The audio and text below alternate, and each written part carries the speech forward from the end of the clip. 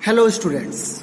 तो हम आज का लेक्चर स्टार्ट कर रहे हैं। आपको मैंने पहले ही बताया था कि जो पीरियड है, ग्रुप है या आपका ब्लॉक है, उसके लिए इजी सा कॉन्सेप्ट क्या है कि आपको पहले क्या करो, इस टेबल को बना दो। जैसे 1s, उसके बाद फिर क्या होगा 2s एंड 2p, उसके बाद फिर 3s, 3p and 3d. Next one is 4s, 4p, 4d and 4f. Next one is 5s, 5p, 5d and 5f. फिर है 6s, 6p, 6d and 6f. Next one is 7s and 7p. अब इसे देखो vertically ऐसे खींचो, इस तरीके से देखो। पहले 1s फिल होगा, उसके बाद इलेक्ट्रॉन कहाँ जाएगा 2s में, 2s के बाद कहाँ जाएगा देखो, इसके बाद इस तरीके से ले जाओ इसे 2p में, फिर 3s के बाद देखो कहाँ जाएगा फिर 3p में, 3p के बाद कहाँ जाएगा देखो 4s के बाद कहाँ जाएगा देखो 3d में। इस तरीके से जाएगा, ये ध्यान रखना है सीक्वेंस को। 3d के बाद फिर 4p, 4p के बाद फिर 5s, इसे बना लेना आपने। 5s के बाद कहाँ जाएगा देखो 4d में, 4d के बाद कहाँ जाएगा 5p में, फिर 6s में। इसके बाद कैसे होगा देखो, यहां से जाएगा 4f, 4f के बाद 5d, 5d के बाद 6p और फिर 7s। और इसके बाद फिर देखो 7s के बाद कहाँ गया 5f में, 5f के बाद कहाँ जाएगा 4d में, 4d के बाद कहाँ जाएगा 7p में। ये सीक्वेंस आपने याद रखना।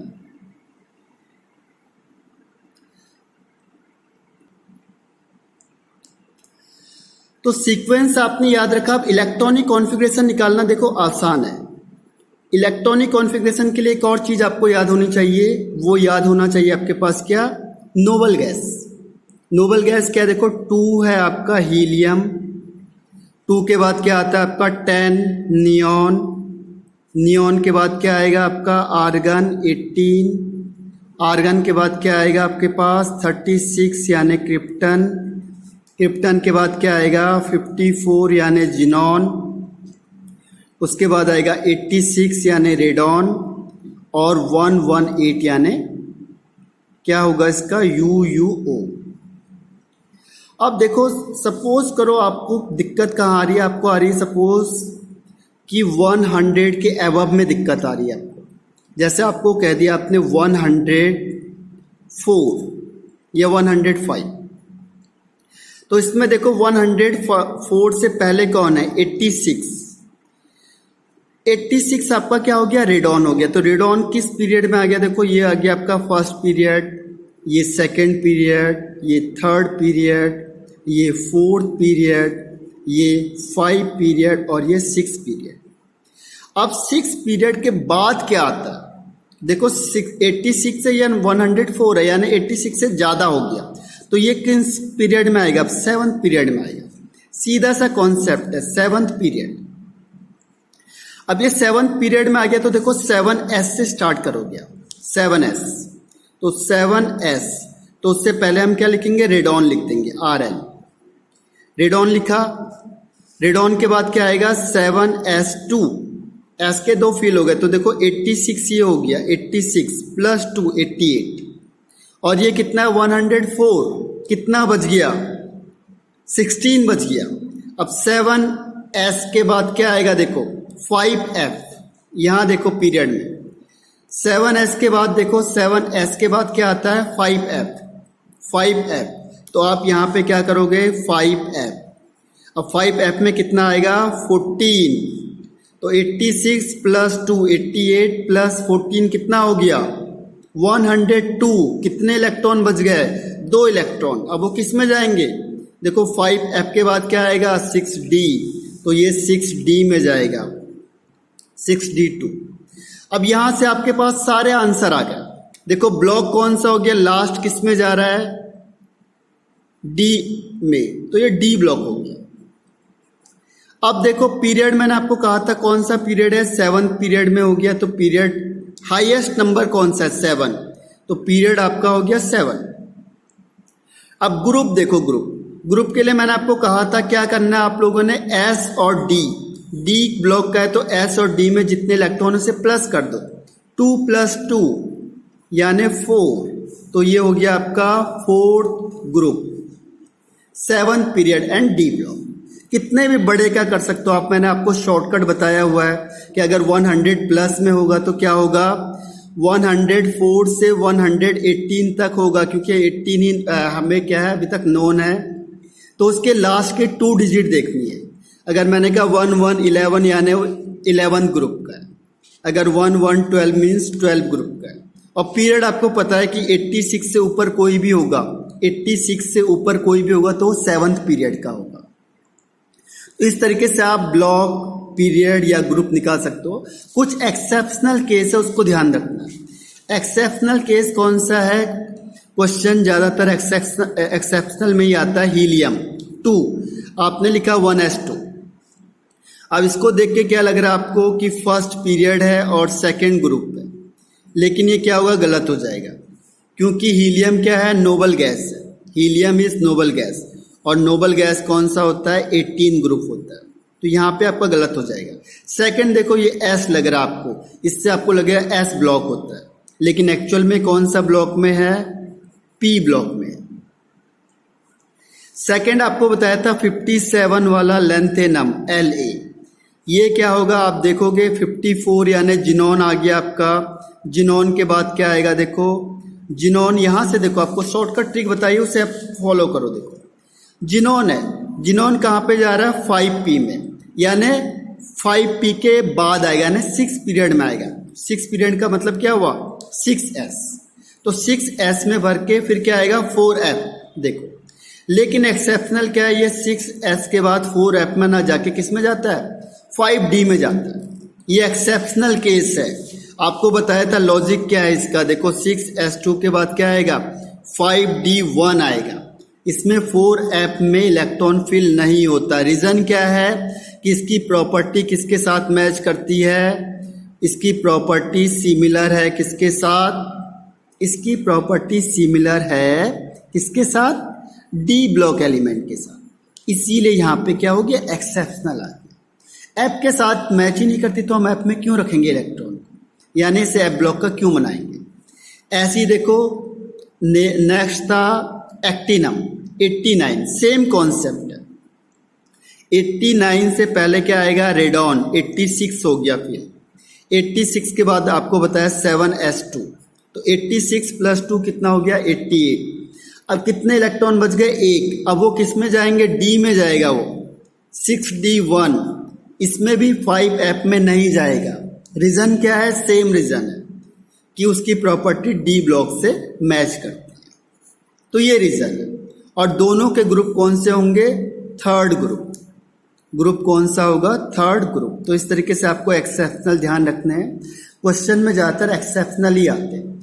इसके अलावा ग्रुप में बीट हो जाते हो आप लोग, ग्रुप को ध्यान रखना है कि 57 से लेके और 71 तक, और 89 से लेके 103 तक, ये एफ ब्लॉक के एलिमेंट होते हैं। एफ ब्लॉक के एलिमेंट कौन से हैं, 58 to 71, 90 से 103, और इसमें 57 और 89 भी इंक्लूड हो जाते हैं। ये थर्ड ही ग्रुप में आएंगे। कई बार आप लोग इलेक्ट्रॉनिक कॉन्फ़िगरेशन निकालोगे और उसका क्या करते हो, ग्रुप भी डिसाइड कर देते हो, तो उसमें ध्यान रखना है कि यहाँ पे आपको ग्रुप थर्ड ही लिखना है, इस चीज का ध्यान रखना पड़ेगा। बाकी आप कोई भी क्वेश्चन को देखो, एक बार अपने आप फिर से सॉल्व करो। जैसे आपको दे दिया यहाँ पे, कोई भी दे दिया, मैंने आपको दे दिया 84 दे दिया। 84 में क्या आता है, पहले जिनोन आएगा, आपको पता है 54 आएगा पहले, उसके बाद क्या आता है, देखो जिनोन के बाद हमने लिखा हुआ है, जिनोन के बाद क्या आता है 6, फिर 4f आता है। यहाँ देख लो ये आपका 6s के बाद क्या आएगा देखो 4f आएगा, 4f फिर 5d आएगा। तो आपने क्या किया, जिनोन लिखा यानी 54 खत्म हो गया। 54 के बाद क्या आएगा आपका, 54 के बाद आएगा 6s2, 54 प्लस 2 कितना हो गया 56, उसके बाद 4f 14, तो 14 ये भी चले गया आपके पास। उसके बाद क्या आता है 5d, अब 5d कितना आता है 10, ये भी चला गया देखो, क्योंकि इन दोनों के बीच का कितना डिफरेंस होगा 30 का डिफरेंस है, 30 का डिफरेंस है। 2 प्लस 14 16, 16 प्लस 10 कितना हो गया 26। अभी 4 बचे हुए, अब 4 किस में जाएंगे 6p में जाएंगे, तो 6p4 हो गया। अब कौन से ब्लॉक को है ये p ब्लॉक का, क्योंकि लास्ट इलेक्ट्रॉन p में जा रहा है, p ब्लॉक। अब जब p ब्लॉक का होता है तो हम क्या करते हैं, p ब्लॉक के इलेक्ट्रॉन को देखो बस और इसमें 12 ऐड कर दो, सिंपल सा फंडा है p ब्लॉक के लिए। p ब्लॉक में इलेक्ट्रॉन देखो और प्लस 12 कर दो, तो 4 प्लस 12 कितना हो गया 16। इसमें कंफ्यूज ही नहीं होना, फिर इसमें s छोड़ दो क्योंकि s के 2 तो आएंगे ही, अगर s के 2 इंक्लूड करोगे तो फिर 10 ऐड करना पड़ेगा, तो आप कंफ्यूज हो जाओगे कि कहाँ पे 10 कहाँ पे 12। तो आप क्या करो, फिक्स कर दो कि p के इलेक्ट्रॉन देखो और उसमें 12 ऐड कर दो, बस आंसर सेम आएगा। यानी कौन से ग्रुप का हो गया 16 ग्रुप का हो गया। और पीरियड आपको दिख रहा है देखो, हाईएस्ट नंबर क्या है इसमें 6 है, तो ये 6 पीरियड हो गया। तो पीरियड 6 ग्रुप 16 और p ब्लॉक का। तो होपफुली ये कॉन्सेप्ट आपको क्लियर हो गया होगा। हम आगे बढ़ते हैं नेक्स्ट टॉपिक में। तो नेक्स्ट टॉपिक है आपका, next topic is typical element. Typical element, typical element किसे कहते हैं, typical element. Typical element, what is typical element. Typical element actual में कहते हैं जो थर्ड पीरियड के एलिमेंट है, ध्यान रखना थर्ड पीरियड के element. The element of third period is called typical element. Third period के एलिमेंट को हम कहते हैं टिपिकल एलिमेंट। तो थर्ड पीरियड के एलिमेंट को हम क्या कहते हैं, third typical element. Typical element means third period element. लेकिन इसमें एक चीज का ध्यान रखना,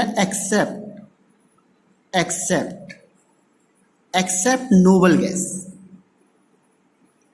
नोबल गैस को छोड़ के, except noble gas, noble gas को छोड़ के जितने भी थर्ड पीरियड के एलिमेंट होंगे उसे हम कहेंगे टिपिकल एलिमेंट। अब देखो इसे टिपिकल एलिमेंट में कौन कौन से आ गए, थर्ड में कौन से होते हैं, जैसे सोडियम, मैग्नीशियम, एल्यूमिनियम, सिलिकॉन, उसके बाद क्या होता है फॉस्फोरस, फिर सल्फर एंड क्लोरीन। अब इसमें ऑर्गन इंक्लूड नहीं होगा, मैंने क्या कहा एक्सेप्ट नोबल गैस, तो यहां पे ऑर्गन इंक्लूड नहीं होगा। अब क्वेश्चन ये आता है कि जो सेकंड होता है, सेकंड पीरियड के जो एलिमेंट होंगे, सेकंड पीरियड के एलिमेंट को, सेकंड पीरियड के जो एलिमेंट होते हैं उसको हम टिपिकल एलिमेंट क्यों नहीं कहते।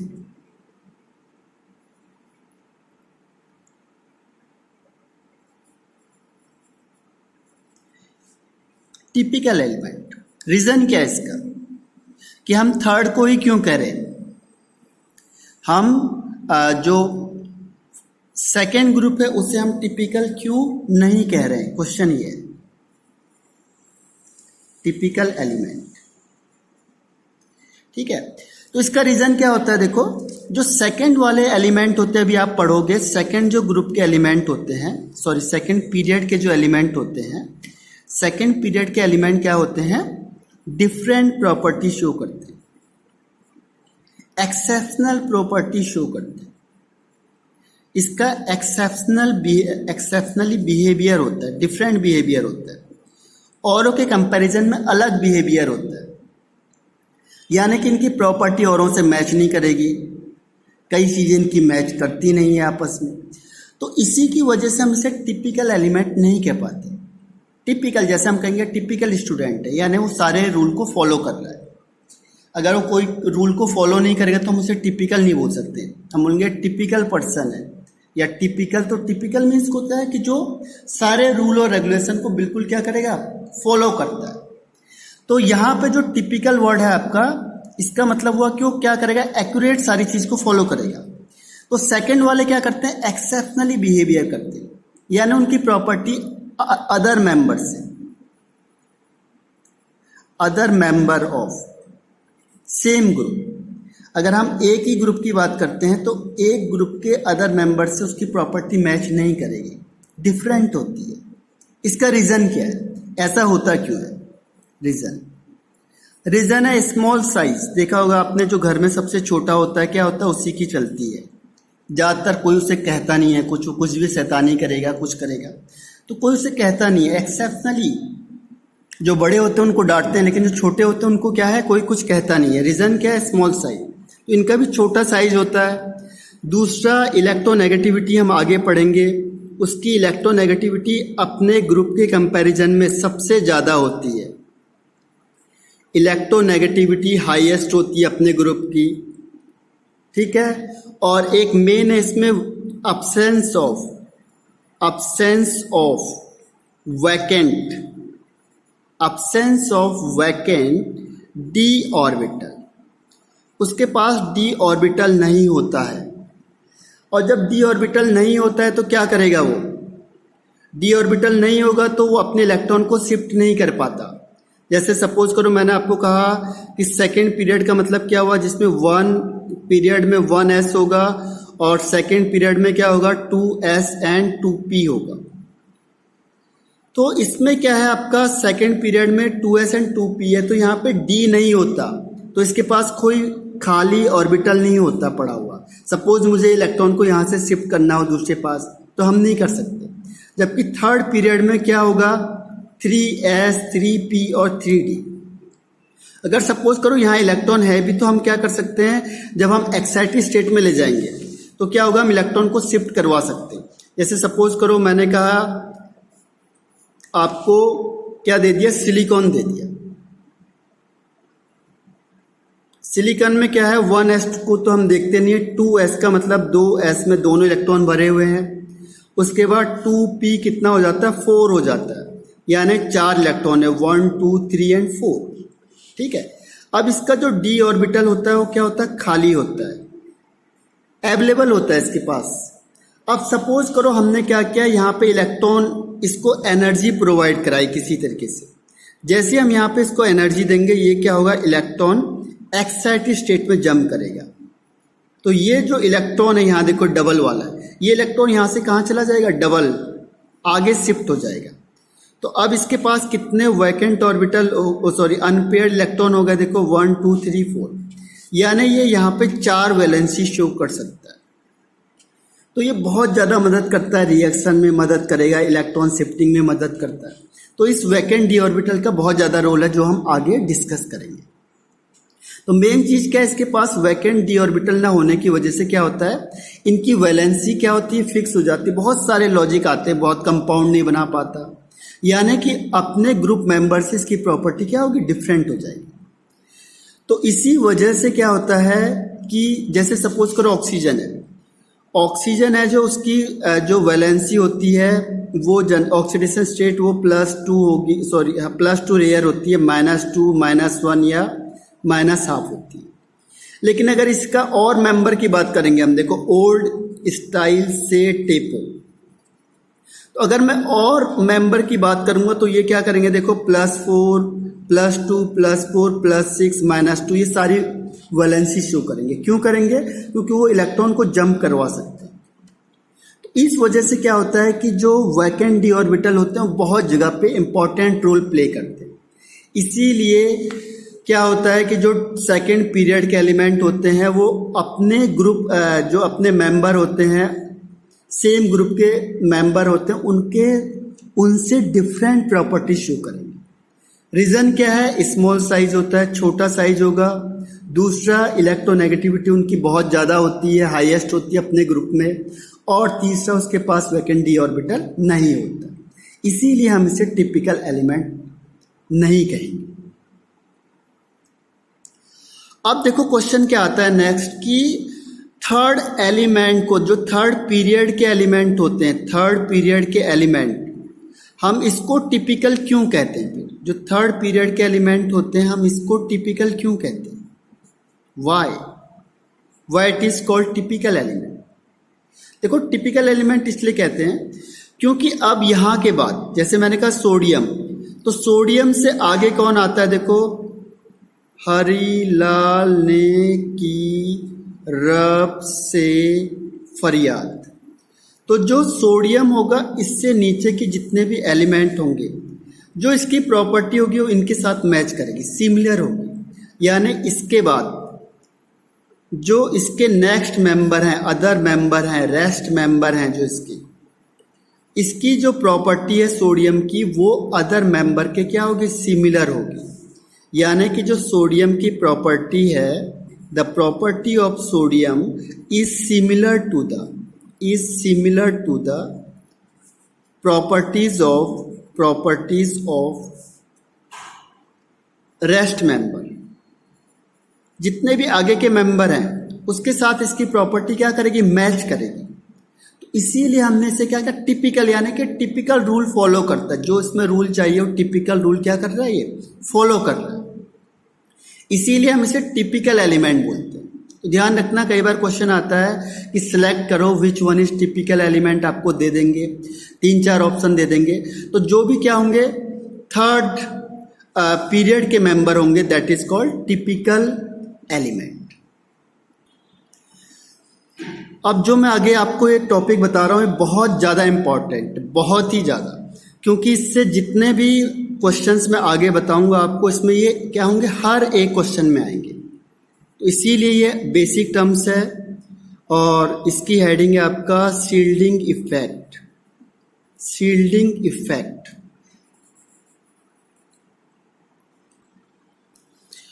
और इसका एक और नाम है, that is called screening effect. बहुत ज़्यादा इंपॉर्टेंट है। देखो, जो भी आगे मैं इसके टॉपिक बताऊंगा, इसके हर एक टॉपिक में ये आएगा, शील्डिंग या स्क्रीनिंग इफेक्ट। देखो, शील्डिंग का मतलब क्या होता है? What is the meaning of shield? What is the meaning of shield? Shield का मतलब क्या होता है? प्रोटेक्ट करना, सेव करना, किसी चीज को बचाना, प्रोटेक्ट करना, that is called shield. Protect करना, किसी चीज को सेव करना। या स्क्रीन, कहीं पे हमने कोई स्क्रीन लगा दी तो क्या होगा? ऑटोमेटिकली क्या होगा? सेम हो जाएगा। To provide screen. जैसे सपोज करो आपने यहाँ पे स्क्रीन लगा दिया, कोई चीज़ ऐसी लगा दी तो क्या होगा? हमें दिखाई नहीं देगी। अब यहाँ पे, यहाँ से मैं देख रहा हूँ, या यहाँ पे आप लोग हो, यहाँ पे कोई पर्सन है और यहाँ कोई ऑब्जेक्ट रखा हुआ है, तो अगर मैंने यहाँ पे स्क्रीन लगा दिया तो क्या होगा? ऑटोमेटिकली आपको दिखाई नहीं देगा। तो इसका मतलब क्या हुआ? स्क्रीनिंग और शील्डिंग लगभग एक हो गया। ये इसको प्रोटेक्ट कर रहा है। जैसे आपने स्क्रीन लगाया, इसको क्या कर रहा है? प्रोटेक्ट कर रहा है। तो यहाँ पे भी क्या होगा? प्रोटेक्ट कर रहा है, बचा रहा है किसी चीज को। तो यहाँ पे क्या चीज होगी? देखो, जब हम पढ़ते हैं तो यहाँ पे हम देखते हैं कि एक न्यूक्लियस होता है जिसमें प्लस चार्ज होगा, और न्यूक्लियस के बाहर क्या होते हैं? इलेक्ट्रॉन लगे होते हैं। ये इलेक्ट्रॉन लगे, इलेक्ट्रॉन।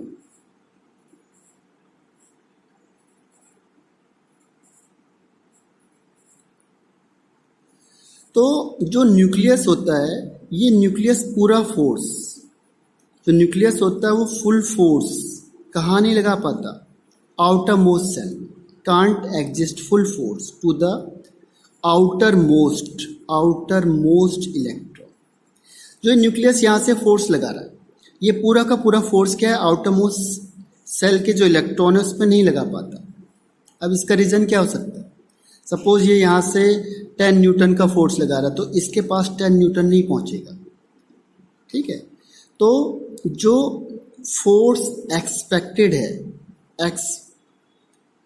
एक्सपेक्टेड, जो हम एक्सपेक्ट कर रहे हैं, तो जो फोर्स क्या एक्सपेक्टेड है, एक्सपेक्ट, और एक है जो एक्चुअल में फोर्स लग रहा है, एक्चुअल में। तो आपको क्या लगता है कि इन दोनों में से कौन सा फोर्स ज़्यादा होगा? जैसे मैंने कहा यहाँ से न्यूक्लियस है, न्यूक्लियस 10 इलेक्ट्रॉन का यानी एक फोर्स लगा रहा है, तो क्या वो सबके लिए सेम होगा या डिफरेंट होगा?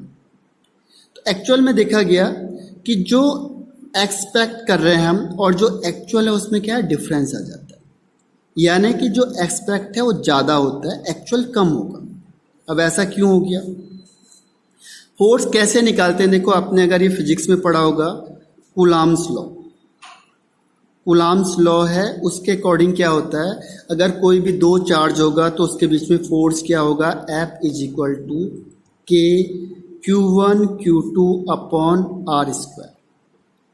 अब देखो, यहाँ पे इलेक्ट्रॉन है, इलेक्ट्रॉन का चार्ज क्या होता है, E होगा, और प्रोटॉन का चार्ज कितना होगा, जितना उसका एटॉमिक नंबर है इनटू जितना उसका क्या है, चार्ज है इलेक्ट्रॉन का, क्योंकि जितने प्रोटॉन होंगे उतने ही क्या होंगे, इलेक्ट्रॉन होंगे। लेकिन प्रोटॉन मैंने कहा, सपोज करो 10 प्रोटॉन है, तो 10 प्रोटॉन का मतलब 10 ई हो गया। जितना प्रोटॉन का चार्ज है उतना ही क्या होगा, इलेक्ट्रॉन का चार्ज होगा। तो दोनों सेम हो गए। अब दोनों सेम हो गए तो क्या होगा, हमने क्या कर दिया, 10e कर दिया, यानी Ze, जितना एटॉमिक नंबर है multiply by charge upon R square. तो ये हो गया क्या, जितना हम एक्सपेक्ट कर रहे हैं। लेकिन एक्चुअल में देखा गया, देखो एक्सपेक्ट हम इतना कर रहे हैं, लेकिन जब एक्चुअल में देखा गया तो इतना नहीं आया, बल्कि इससे क्या आया, कम आया, एक्चुअल कम हो गया। अब इसका रीजन क्या हो सकता है? इसको ऐसे समझो आपकी, जैसे सपोज करो ये आप हो और आपने कोई चीज क्या की, वाइब्रेट करी, कोई साउंड को प्रोड्यूस किया, साउंड प्रोड्यूस किया।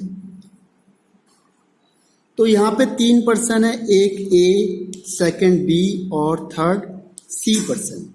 तो क्या ये जो साउंड है ये तीनों के लिए सेम होगा? जो साउंड है क्या तीनों के लिए सेम होगा? तो आंसर इज नो। रीजन क्या है, डिस्टेंस का। और डिस्टेंस में क्या होता है, जो यहाँ पे एयर होते हैं, एयर के जो पार्टिकल होते हैं, तो जो साउंड है ये वेव्स क्या होती है, जो साउंड वेव्स होती है, साउंड वेव ये क्या करती है, स्ट्राइक करती है किसके साथ, एयर पार्टिकल के साथ। एयर पार्टिकल के साथ क्या करेगी, स्ट्राइक करेगी, टकराएगी, और वो इसकी स्पीड को क्या कर देगा, स्ट्राइक करने से क्या होगा, स्पीड क्या होगी, स्लो हो जाएगी। स्लो होने की वजह से क्या होगा, जो सी होगा इसमें सबसे कम वाइब्रेशन होगा, फिर बी होगा, और सबसे ज़्यादा किसके पास होगा, ए। यानी जो साउंड है वो सबसे ज़्यादा ए को सुनाई देगा, और सबसे कम किसको सुनाई देगा, सी को सुनाई देगा। क्लियर है? क्योंकि डिस्टेंस ज़्यादा हो गया। तो ऐसे ये सेम कॉन्सेप्ट था। तो उन्होंने कहा ऐसा क्यों हो गया, जैसे यहाँ से मैंने कहा न्यूक्लियस है, ये first second third fourth shell है, ये फर्स्ट सेल है, ये सेकंड सेल है, थर्ड है, फोर्थ है। तो उन्होंने देखा कि जो न्यूक्लियस है वो फर्स्ट में सबसे ज़्यादा फोर्स लगाएगा, सबसे ज़्यादा फोर्स लग रहा है। उसके बाद जैसे जैसे आप डिस्टेंस क्या करोगे, दूर जाते जाओगे, वैसे क्या होता जाएगा, फोर्स भी कम होता जाएगा। जैसे जैसे आप दूर जाते जाओगे फोर्स भी कम होगा। यानी जो फोर्स फर्स्ट सेल में लग रहा था उसका मैग्नीट्यूड सबसे ज़्यादा है, फिर सेकंड का, फिर थर्ड का, फिर फोर्थ का। तो ऐसा क्यों हो गया कि हर एक का डिफरेंट डिफरेंट हो गया? तो उन्होंने इसके लिए देखा कि एक इफेक्ट काम कर रहा है, उसे कहते हैं यहाँ पे शील्डिंग इफेक्ट। यानी शील्डिंग इफेक्ट क्या होता है, due to the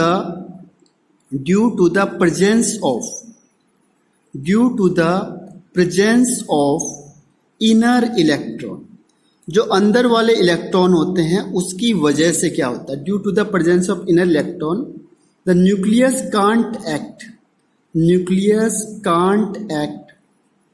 full force to the outermost electron. जो सबसे लास्ट वाला इलेक्ट्रॉन है उस पर न्यूक्लियस पूरा फोर्स नहीं लगा पा रहा है। ठीक है, अब क्यों नहीं लगा पा रहा, उसका रीजन क्या है? देखो, पहले तो हम कहेंगे दिस इफेक्ट इज कॉल्ड क्या, this effect is called shielding effect या स्क्रीनिंग इफेक्ट। शील्डिंग या स्क्रीनिंग इफेक्ट कहते हैं हम इसको, शील्डिंग इफेक्ट या स्क्रीनिंग इफेक्ट। अब इसका लॉजिक क्या है, रीजन क्या है इसका, what is the reason behind this? तो रीजन उसने देखा कि यहाँ पे जनरली दो फोर्स काम करते हैं। कौन कौन से फोर्स काम करते हैं? एक है फोर्स ऑफ अट्रैक्शन, और जो दूसरा इसमें काम करता है that is force of repulsion, force of repulsion. यहाँ पे दो फोर्स काम करते हैं। अब आप देखोगे कि फोर्स ऑफ अट्रैक्शन किसके साथ और रिपल्सन किसके साथ। देखो जैसे आपने कहा था न्यूक्लियस है, यहाँ इलेक्ट्रॉन है, आपने फिल करते चले गए। अब क्या होगा कि जो इलेक्ट्रॉन आपने यहाँ पे फिल करे थे और ये आउटर मोस्ट इलेक्ट्रॉन है, तो ये आपस में क्या करेंगे, रिपेल करेंगे। ये न्यूक्लियस तो इसको खींच रहा है, न्यूक्लियस तो इसे अपनी तरफ खींच रहा है, लेकिन क्या होगा, इलेक्ट्रॉन और इलेक्ट्रॉन के बीच में क्या होगा, रिपल्सन होगा। ये इसको रिपेल करता जाएगा, ये इसको रिपेल करेगा, तो रिपल्सन क्या होगा, यहाँ पे एक्टिव हो जाएगा। रिपल्सन किस किस के बीच में हुआ, इलेक्ट्रॉन और इलेक्ट्रॉन के बीच में क्या हो जाएगा, रिपल्सन हो जाएगा। जो अंदर वाले इलेक्ट्रॉन है वो ज़्यादा रिपेल करते नजर आएंगे आपको, तो रिपल्सन होगा। तो रिपल्सन की वजह से क्या हुआ, ये फोर्स तो पूरा लगा रहा, लेकिन इस पे जो एक्चुअल फोर्स पहुंच रहा है वो कम पहुंच रहा है, क्योंकि ये इसको खींचेगा, लेकिन क्या होगा, ये इलेक्ट्रॉन इसको रिपेल करके फिर वापस भेज दे रहे, तो वो उस फोर्स से इसको अट्रैक्ट नहीं कर पा रहा। तो this effect is called shielding effect और स्क्रीनिंग इफेक्ट। इसको डिनोट करते हैं जनरली सिग्मा से या फिर एस से, डिनोटेड बाय सिग्मा और एस।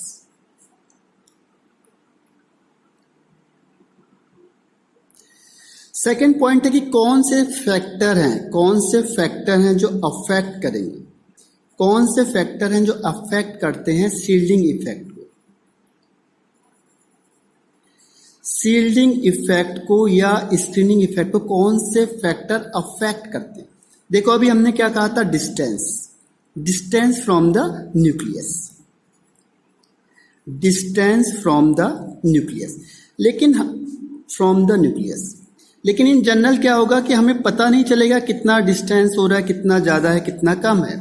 जैसे देखो F इज इक्वल टू के Q1 Q2 upon R square. तो जितना फोर्स क्या होगा, कम हो जाएगा, जितना डिस्टेंस क्या होगा, ज़्यादा हो जाएगा R स्क्वायर के टर्म्स में। जितना डिस्टेंस ज़्यादा होगा, आपको पता है R मीन्स होता है डिस्टेंस, रेडियस ऑफ सेल का रेडियस कितना होगा, तो जितना रेडियस ज़्यादा होगा यानी फोर्स कम हो जाएगा अगर रेडियस जितना बढ़ेगा। लेकिन हमें पता कैसे चलेगा फोर्स ज़्यादा हो रहा है या रेडियस ज़्यादा हो रहा है, कम हो रहा है। तो हम यहाँ पे क्या किसके टर्म्स में देखते हैं, एन का मतलब क्या हुआ, नंबर ऑफ ऑर्बिट, या इसे हम कहते हैं प्रिंसिपल क्वांटम नंबर। जैसे सपोज करो मैंने कहा 1s 2p 3d 4f 6s, ठीक है। तो इसके आगे जो ये लिखा हुआ this is called number of orbit, ये 1s। तो आप देखो सबसे ज्यादा डिस्टेंस किस में होगा, 6s के पास सबसे ज्यादा दूर ये होगा, और सबसे पास कौन होगा, 1s होगा। यानी अगर मैंने कहा आपको कि स्क्रीनिंग इफेक्ट है, जो स्क्रीनिंग इफेक्ट का ऑर्डर बताओ, तो क्या होगा, जितना ज्यादा डिस्टेंस होगा उतना शील्डिंग इफेक्ट क्या होगा, ज्यादा होगा, ठीक है। तो इसका मतलब सबसे ज्यादा किसके पास होगा, 6s के पास सबसे ज्यादा होगा। उसके बाद कौन होगा, देखो 4f, उसके बाद कौन होगा 3d, उसके बाद कौन होगा 2p, और सबसे कम कौन होगा 1s। यानी 1s में सबसे ज़्यादा फोर्स लगेगा, तो स्क्रीनिंग इफेक्ट क्या होगा, उतना कम हो जाएगा। यानी हमने क्या देखा कि जितना डिस्टेंस ज़्यादा होगा, यानी स्क्रीनिंग इफेक्ट क्या होगा, डायरेक्टली प्रोपोर्शनल टू n। जितना n ज़्यादा होगा यानी नंबर ऑफ ऑर्बिट ज़्यादा होंगे, उतना स्क्रीनिंग इफेक्ट भी ज़्यादा होगा, क्योंकि जितना डिस्टेंस ज़्यादा होगा उतना फोर्स कम हो जाएगा, यानी इनवर्सली प्रोपोर्शनल टू फोर्स जितना कम होगा उतना n क्या होगा, ज़्यादा होगा, तो फोर्स कम हो जाएगा, यानी इनवर्सली प्रोपोर्शनल, उतना शील्डिंग इफेक्ट क्या होगा, ज़्यादा होगा। तो ये चीज़ का ध्यान रखना, जितना डिस्टेंस ज़्यादा होगा यानी कि डिस्टेंस यानी रेडियस जितना ज़्यादा होगा उतना स्क्रीन इफेक्ट ज़्यादा होगा। और रेडियस को हम कैसे पहचानेंगे, नंबर ऑफ ऑर्बिट्स, जितना नंबर ऑफ ऑर्बिट ज़्यादा होते जाएंगे उतना स्क्रीनिंग इफेक्ट क्या होगा, ज़्यादा होता जाएगा, उसकी वैल्यू ज़्यादा होती जाएगी। तो पहला पॉइंट। सेकेंड वन है आपका subshell, subshell for same orbit. अगर एक ही ऑर्बिट में की बात करी जाए, जैसे मैंने कहा कि एक ही ऑर्बिट में कहा मैंने एस, पी, डी और एफ। अब इसमें से बताओ किसका शील्डिंग इफेक्ट ज़्यादा होगा। तो देखो इसका जो शील्डिंग इफेक्ट होता है उसके शेप से पता चलेगा। देखो इसका स्पेरिकल शेप होता है तो इलेक्ट्रॉन ये हो गए। इसका होता है डंबल शेप, आपको बताया था, इसमें इलेक्ट्रॉन ये रख दिया आपने। इसका होता है double dumbbell shape. Double dumbbell कैसे बनाओगे, एक ये इस तरीके से, एक इलेक्ट्रॉन यहाँ चला गया, दूसरा इधर चला गया। और इसका हम प्रिडिक्ट नहीं कर सकते, लेकिन इसका साइज बहुत बड़ा होता है, लार्ज साइज होता है। अब क्या होता है, देखो इलेक्ट्रॉन सब में दो दो फील्ड है, लेकिन एरिया किसका ज़्यादा, डिस्टेंस किसका कम है। देखो डिस्टेंस बिटवीन इलेक्ट्रॉन्स सबसे कम किसका है, एस का।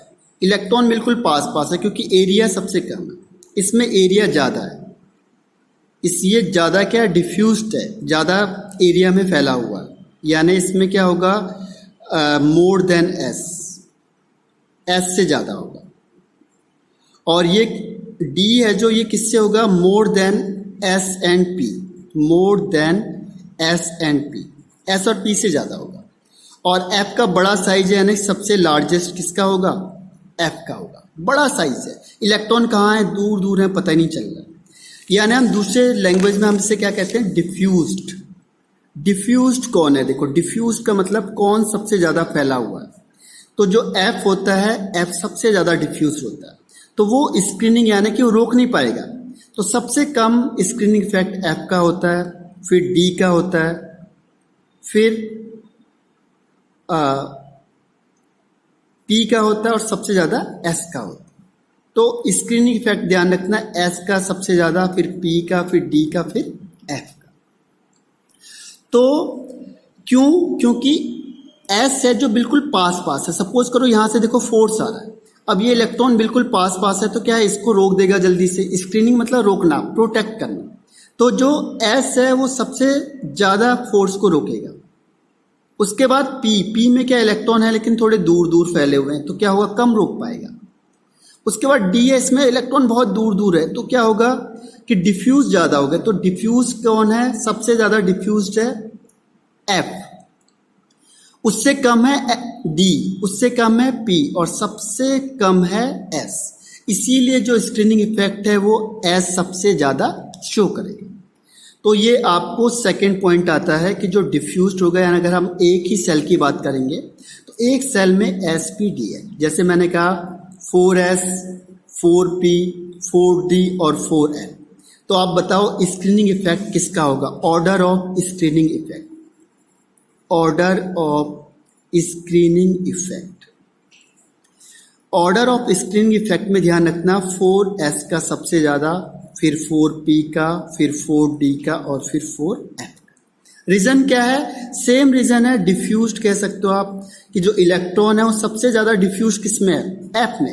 एफ में इलेक्ट्रॉन कहाँ है पता नहीं चल रहा आपको, एक इधर है एक इधर है, तो कहाँ से फोर्स रोकेगा वो। फोर्स तो मैं यहाँ से लगा रहा हूँ, यहाँ रोकने के लिए भी तो चाहिए। अब इसका एरिया बड़ा है तो क्या हुआ, इलेक्ट्रॉन बहुत दूर दूर हो गए, एक इलेक्ट्रॉन यहाँ हो गया, एक इलेक्ट्रॉन यहाँ हो गया। अब वो कहाँ से फोर्स को रोकेगा, जैसे मैंने यहाँ से फोर्स लगाया। अब एस में कहाँ है, इलेक्ट्रॉन बिल्कुल पास पास है ऐसे, तो इसे रोक लेगा आराम से। पी में क्या है, इलेक्ट्रॉन थोड़े दूर दूर है, तो ये क्या करेगा, फोर्स को कम रोक पाएगा। डी में क्या है, इलेक्ट्रॉन और दूर दूर डिफ्यूज्ड है, इस तरीके से ये डी है आपका।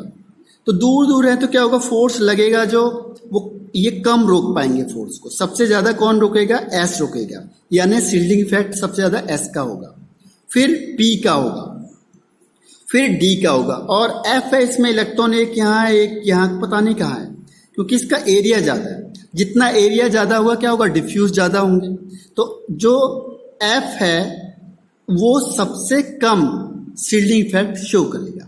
तो ध्यान रखना, पहला हमने देखा नंबर ऑफ ऑर्बिट के टर्म्स में, दूसरा हमने देखा सेल के टर्म्स में। ये हर बार आएगा आपके पास, तो इसीलिए आप क्या है बहुत ज्यादा इंपॉर्टेंट है।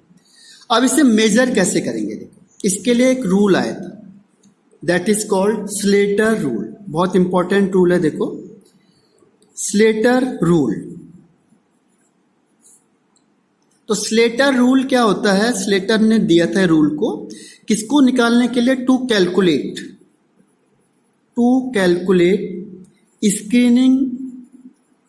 स्क्रीनिंग इफेक्ट, या यहां पे हम इसे कह सकते हैं स्क्रीनिंग कांस्टेंट, एक और वर्ड है कांस्टेंट। तो स्क्रीनिंग इफेक्ट या स्क्रीनिंग कांस्टेंट को कैलकुलेट करने के लिए, स्क्रीनिंग इफेक्ट या स्क्रीनिंग कांस्टेंट को कैलकुलेट करने के लिए जो स्लेटर था उसने क्या किया था, एक रूल दिया था, गेव अ रूल। तो उसके नाम से, क्योंकि उसने रूल दिया हुआ तो उसी के नाम से क्या रख दिया इसको, that is called Slater rule. क्योंकि ये रूल किसने दिया, स्लेटर ने दिया। क्यों दिया था, उसने देखा कि स्क्रीनिंग इफेक्ट इसका कितना होगा, कौन कितना रोक रहा है। इसको रोकने के लिए उसने क्या किया, एक रूल दिया, उसे कहते हैं स्लेटर रूल। तो देखो रूल क्या है, देखो रूल है आपका रूल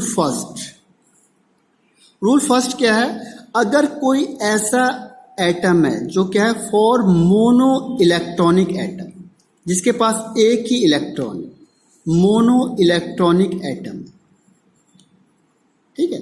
तो मोनो इलेक्ट्रॉनिक एटम है यानी जिसके पास वन इलेक्ट्रॉन है, जो एटम ऐसा है जिसके पास हम वन इलेक्ट्रॉन है, तो उस केस में वो कितना रोकेगा, उसकी वैल्यू होगी स्क्रीनिंग इफेक्ट या स्क्रीनिंग कांस्टेंट की जो वैल्यू होगी दैट इज 0.3, फिक्स है। जैसे मैंने कहा हीलियम, तो हीलियम होता है 1s2, इसमें जो एक इलेक्ट्रॉन है हम उसे काउंट नहीं करेंगे। जैसे न्यूक्लियस है आपका, न्यूक्लियस के बाद 2 इलेक्ट्रॉन है, तो मैंने बोला इस इलेक्ट्रॉन के लिए निकाल, तो जिस इलेक्ट्रॉन के लिए निकालना है उसको कैलकुलेट नहीं करना है। ध्यान रखना कि इसमें जो इलेक्ट्रॉन का हमने क्या करना है, जिस इलेक्ट्रॉन का हमने स्क्रीनिंग इफेक्ट, स्क्रीनिंग कांस्टेंट की वैल्यू कैलकुलेट करनी है, इसे कैलकुलेट करना है, उसको ध्यान रखना, आपने काउंट नहीं करना है।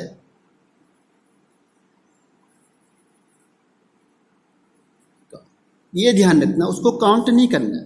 तो इसके पास कितने इलेक्ट्रॉन बचे, अब एक इलेक्ट्रॉन, क्योंकि यही रोकेगा इसको, बाकी तो रोकने वाला है नहीं कोई, तो इसे कहेंगे मोनो इलेक्ट्रॉनिक एटम, ठीक है। अब इसकी वैल्यू कितनी आ गई, 0.30, तो ये हो गया 0.30। अब सेकंड है इसमें, अब सेकंड कॉन्सेप्ट आता है इसमें, second is for multi electronic atom. अगर बहुत सारे इलेक्ट्रॉन हुए, मल्टी मीन्स होता है मोर देन वन, अगर एक से ज्यादा इलेक्ट्रॉन हुए तो क्या होगा, मल्टी मीन्स क्या होता है, मोर देन वन, बहुत सारे।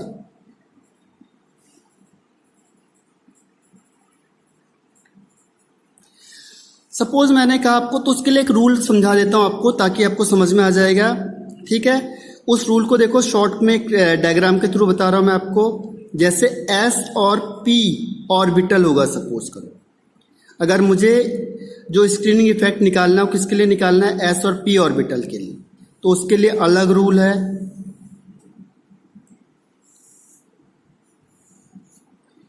और अगर मुझे निकालना है D और F के लिए, D एंड F ऑर्बिटल के लिए, तो उसके लिए क्या है, अलग रूल है।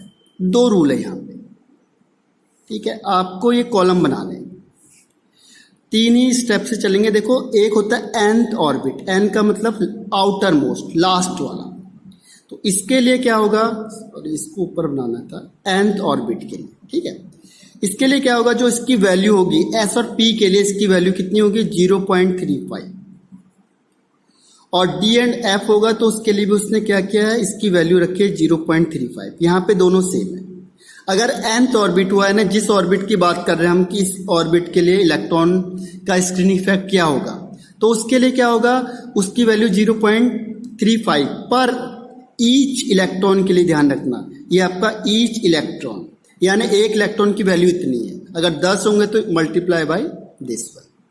सेकेंड हमने कहा n के बाद n-1, n-1, तो n-1 के लिए इसकी वैल्यू होती है 0.85।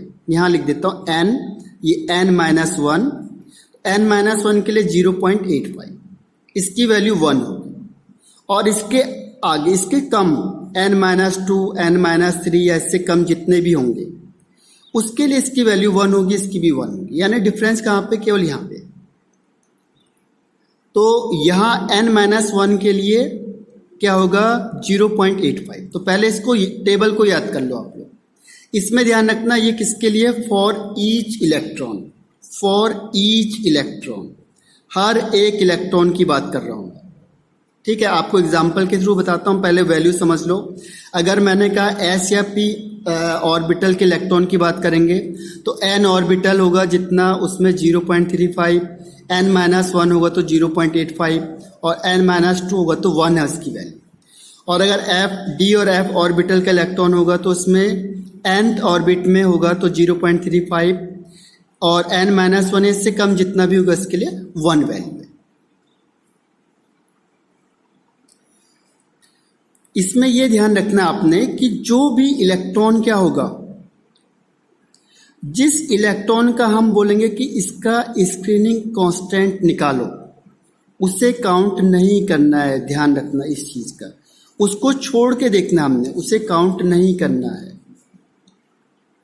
उसको छोड़ के हम वैल्यू चेक करेंगे। अब देखो हम निकाल के देखते हैं हर एक का। फॉर एग्जाम्पल है जिंक, जिंक है 30। आपने इसका इलेक्ट्रॉनिक कॉन्फ़िगरेशन किया तो देखो हम कैसे करेंगे इसे, 1s2, 2s2, 2p6, 3s2, 3p6, 3d10 and 4s2। इसमें एक चीज का ध्यान रखना है कि इनको एक साथ लिखना है, 1 के एक साथ, 2 के एक साथ और 3 के एक साथ, 4 के एक साथ। तो जो सबसे लास्ट वाला होगा इसे कहेंगे हम nth ऑर्बिट। इससे पहले वाला देखो, this is called n-1 orbit, और इससे भी पहले वाला that is called n-2 orbit, और ये n-3। तो nth वाले सेल को एक और नाम कहते हैं, nth वाला सेल उसे कहते हैं ultimate, ultimate shell, ultimate shell, या फिर हम उसे कहते हैं outermost shell, outermost shell, ultimate या आउटर मोस्ट सेल।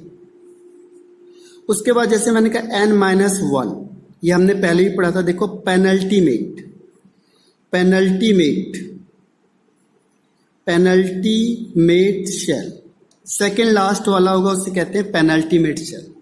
और उससे भी पहले वाला होगा यानी n-2 होगा तो that is called anti penultimate shell, anti penultimate shell, anti penultimate shell. और इससे भी पहले अगर कोई अगर कहोगे तो क्या होगा, pre penultimate shell, pre penultimate shell. ठीक है, तो इसके नेम है सबसे लास्ट वाला। लेकिन बात क्या कर रहे हैं हम, किसकी बात कर रहे हैं, उससे हम लास्ट मानेंगे। तो इसमें एक चीज का ध्यान रखना, अब इसमें कई क्वेश्चन बन सकते हैं।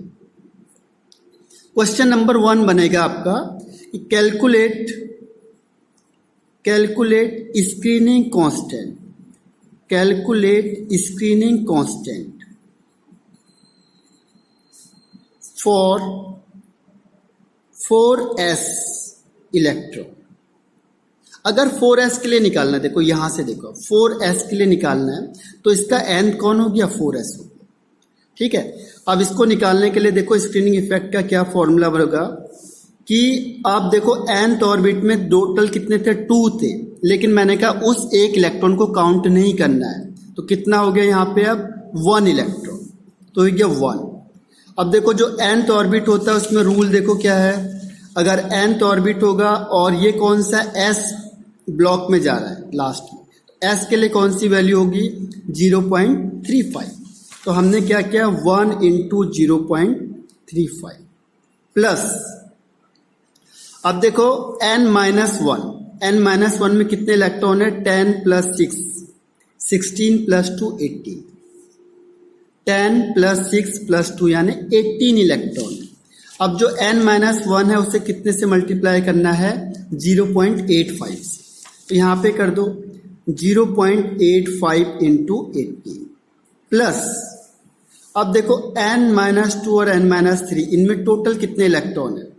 6 प्लस 2 8 प्लस 2 10, तो इसको 10 मल्टीप्लाई बाय 1, तो ये आपका क्या हो गया? स्क्रीनिंग कांस्टेंट की वैल्यू आ गया, यानी सिग्मा की वैल्यू आ गई। निकाल सकते हो आप, आसान सा तरीका है। अब क्वेश्चन बदल दिया, देखो क्वेश्चन बदलते जाएंगे तो चीजें बदलती जाएंगी। जैसे मैंने कहा आपको इसी के लिए दे दिया 4s इलेक्ट्रॉन ऑफ जिंक। अगर मैंने यही क्वेश्चन दे दिया आपको लेकिन चेंज कर दिया थोड़ा सा, मैंने कहा आपको calculate screening constant for 3d electron of zinc, 3d की बात करते हैं। अब देखो अगर मैंने पूछा आपसे कि 3d के लिए तो क्या होगा आंसर? देखो अब 3d के केस में क्या होगा? आपने जिंक का बनाया, जिंक के लिए क्या बनाया? देखो 1s2 2s2 2p6, उसके बाद 3s2 3p6 और 3d10। अब देखो जो इलेक्ट्रॉन जा रहा है कहाँ जा रहा है? डी में जा रहा है। 4s जो आपका राइट हैंड साइड होगा, इसके जिससे हम काउंट कर रहे हैं उससे राइट हैंड साइड होगा, उससे क्या कर दो? नेगलेक्ट कर दो, उसको नेगलेक्ट कर दो, इससे भूल जाओ। अब मुझे क्या पूछा है? 3d पूछा है, तो 3d को हम मैं क्या मानूंगा? इसको मानूंगा n, और इससे क्या मानेंगे आप? n-1, और इसको क्या मानेंगे? n-2। इसका ये ध्यान रखना आपने, क्वेश्चन में कौन सा ऑर्बिटल पूछा हुआ है आपसे। अब मैंने कहा था आपको अगर d वाला कॉन्सेप्ट होगा तो d के लिए क्या थ्योरी लगेगी? देखो अगर आपसे पूछा है कि d के लिए निकालना है तो d के लिए देखो क्या स्टेप होगा, यहाँ पे आपको तरीका बताया। देखो d के लिए क्या होगा? जितने n इलेक्ट्रॉन होंगे उसमें 0.35 क्या करना है? 0.35 से उसे मल्टीप्लाई करना है। अब यहाँ देखो n में कितने इलेक्ट्रॉन हो गए? n में हो गए आपके पास 10 प्लस 6 16 प्लस 2 18, लेकिन मैंने कहा आपको एक इलेक्ट्रॉन जिसकी हम बात करेंगे उसको हम काउंट नहीं करेंगे, तो उसको काउंट नहीं करेंगे यानी -1 कर दिया हमने, तो कितना आएगा?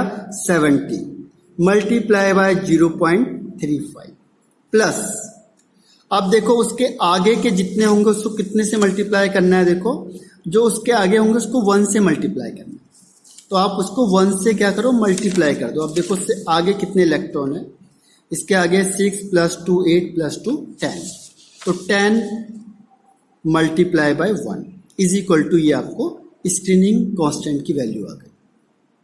ठीक है, आप इसको कैलकुलेट कर सकते हो और आंसर निकाल सकते हो। क्वेश्चन में फिर उसने चेंज कर दिया। देखो क्वेश्चन में उसने कहा, क्वेश्चन थर्ड क्वेश्चन में कहा उसने कि मुझे 2p का चाहिए बस केवल। Calculate screening constant of 2p electron of zinc. बात हम जिंक की कर रहे हैं। देखो हमने एक ही एलिमेंट को उठाया है, उसके बेस पे हम अलग अलग क्वेश्चन सॉल्व कर रहे हैं। तो अगर ऐसा क्वेश्चन आ गया आपके पास तो क्या करेंगे? आंसर इस केस में क्या होगा? देखो 2p, फिर मैंने जिंक किया, जिंक 30 होता है मुझे पता है, मैंने इलेक्ट्रॉनिक कॉन्फ़िगरेशन लिखा 1s2 2s2 2p6 3s2 3p6 3d10 and 4s2। अब देखो p की बात हो रही है ना, यहाँ हो रही है, तो इन सबको क्या करो? भूल जाओ। ये आपके राइट हैंड साइड में जो भी पूछा हुआ क्वेश्चन है उसके राइट हैंड साइड को आपने क्या करना है? नेगलेक्ट कर देना है, भूल जाओ इसे, इसको काउंट नहीं करना। अब इसमें देखो इसका अगर p की बात करें तो ये आपका nth हो गया और ये क्या हो गया? n-1 हो गया। अब इलेक्ट्रॉन कहाँ है? p की बात हो रही, तो p में हम p वाला रूल लगाएंगे। देखो टोटल कितने हैं? 6 प्लस 2 8, 8 में से 1 माइनस कर दो 7 इंटू 0.35 प्लस, अब देखो n-1 में 2 इलेक्ट्रॉन है इंटू 0.85। इस तरीके से हम इसे कैलकुलेट कर सकते हैं। क्वेश्चन देखो सेम है, क्वेश्चन मैंने इसी को दिया और लेकिन थोड़ी थोड़ी सी वैल्यू क्या कर दी, चेंज कर दी। फिर मैंने कहा आपको कैलकुलेट करो स्क्रीनिंग कांस्टेंट को for 1s of zinc, 1s electron for zinc, 1s के लिए निकालना।